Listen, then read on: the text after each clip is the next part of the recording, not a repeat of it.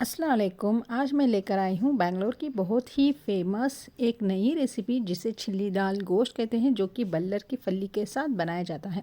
क्या आपने कभी इसे ट्राई किया है और क्या आपने कभी इसे खाया है? जब मैंने पहली बार इसे खाया था तो बहुत ही मज़े की लगी थी। हेलो फ्रेंड्स, मैं हूँ Asifa. Welcome back to Asifa कोसस कुकिंग। अगर आप पहली बार चैनल पर आएँ तो चैनल को सब्सक्राइब कर लीजिए। तो फिर चलिए देखते हैं इसे बनाने के लिए हमें किन किन चीज़ों की ज़रूरत है। हमें सबसे पहले एक मसाला तैयार करना है। उसके लिए मैंने 4 लौंग, दालचीनी, धनिया पत्ती और एक बड़ी प्याज ली है। इसका हमें मसाला बनाकर रखना है। दूसरी तरफ मैंने एक कुकर लिया है। कुकर में 2 टेबलस्पून तेल डाल दिया है। तेल जैसे थोड़ा सा गर्म होता है, एक प्याज मैंने इसमें डालकर हल्का सा गोल्डन ब्राउन होने तक इसे मैंने फ्राई कर लिया है। फिर इसमें मैं डाल रही हूँ 1 चम्मच जिंजर गार्लिक का पेस्ट। इसे हम थोड़ी देर के लिए भून लेंगे और उसके बाद जो हमने हरा मसाला तैयार करके रखा था उसे इसमें हमें डालना है। जैसे ही ये हरा मसाला हम इसमें डालेंगे, एक बहुत ही अच्छी सी खुशबू आने लगती है। हरा मसाला डालने के बाद अब हम इसे कुछ देर के लिए पका लेंगे। जैसे इसके साइड्स तेल निकलेगा तो इसमें मैंने हल्दी 1 टीस्पून, मैंने इसमें धनिया पाउडर 2 टीस्पून, मैं इसमें लाल मिर्च पाउडर का इस्तेमाल कर रही हूँ और नमक अपने टेस्ट के हिसाब से मैंने इसमें डाल दिया है। अब इन सब चीज़ों को इस मसाले के साथ हम कुछ देर के लिए भून लेंगे। उसके बाद इसमें मैं शामिल कर रही हूँ आधा केजी गोश्त। आप चाहे तो यहाँ पर मटन का भी इस्तेमाल कर सकते हैं। तो मैंने अब ये मसाला अच्छे से भून लिया है, तो इसमें अब मैं शामिल कर रही हूँ गोश्त। गोश्त डालने के बाद इस मसाले के साथ हमें गोश्त को अच्छे से यानी 2 से 3 मिनट तक अच्छे से हम इसे मसाले के साथ भूनते जाएंगे। देख सकते हैं आप, ये मसाला अच्छे से भून रहा है। तो अब क्या करेंगे, इसमें मैं डाल रही हूँ थोड़ा सा पानी।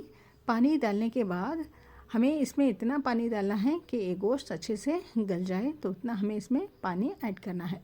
पानी डालने के बाद ये जो साइड्स में मसाला लगा है उसे भी मैं अच्छे से इसमें निकाल रही हूँ और इसमें शामिल कर रही हूँ। उसके बाद क्या करना है, हमें यहाँ पर कुकर की लिड लगाकर गोश्त गलने तक हमें इसकी सीटियाँ लेनी हैं। तब तक एक मसाला हमें और बनाना है। उसके लिए मैं ले रही हूँ 5 से 6 टमाटर लिए हैं और आधा मैंने नारियल लिया है। उसका मसाला हम पेस्ट बनाकर रखेंगे। दूसरी तरफ हमारा जो गोश्त था वो भी अच्छे से गल गया है। अब मैंने इसे चेक कर लिया है। अब जो हमने नारियल का मसाला बनाकर रखा था उसे इसमें हम डालेंगे। तो अब नारियल का मसाले को मैं इसमें डाल रही हूँ। डालने के बाद अब इसमें हम डालेंगे छिल्ली दाल। छिल्ली दाल को किस तरह से छीलना है इसका मैंने पहले वीडियो अपलोड किया है, आप चाहे तो वहाँ पर देख सकते हैं। मैं ऊपर आपको या फिर डिस्क्रिप्शन में इसका लिंक दे दूँगी। इसे डालने के बाद हम एक बार मिक्स कर लेंगे।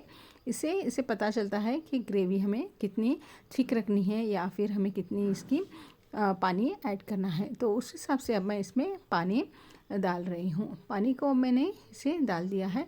अब क्या करेंगे, हम यहाँ पर इसे ढककर 10 से 15 मिनट तक इसे अच्छे से पका लेंगे। अच्छे से पकाने के बाद गैस को स्विच ऑफ करने के बाद मैं दिखा रही हूँ। अब इसमें थोड़ा सा गरम मसाला और कटा हुआ हरा धनिया मैंने इसमें डाल दिया है। तो अब बहुत ही मज़ेदार, बहुत ही लजीज छिल्ली दाल गोश्त बनकर तैयार है। अब इसे सर्व करने की बारी है। तो अब हम इसे सर्व कर लेते हैं। अगर वीडियो आपको थोड़ी भी अच्छी लग रही है तो वीडियो को लाइक करिए और चैनल को सब्सक्राइब कर लीजिए और इसे अपने दोस्तों अहबाब के साथ ज़रूर से शेयर करिए। मैं बहुत जल्द एक नई और आसान रेसिपी के साथ फिर से मिलती हूँ। अभी से ज़रूर ट्राई करिए और हमें कमेंट करके बताइए। तब तक के लिए thank you for watching my channel.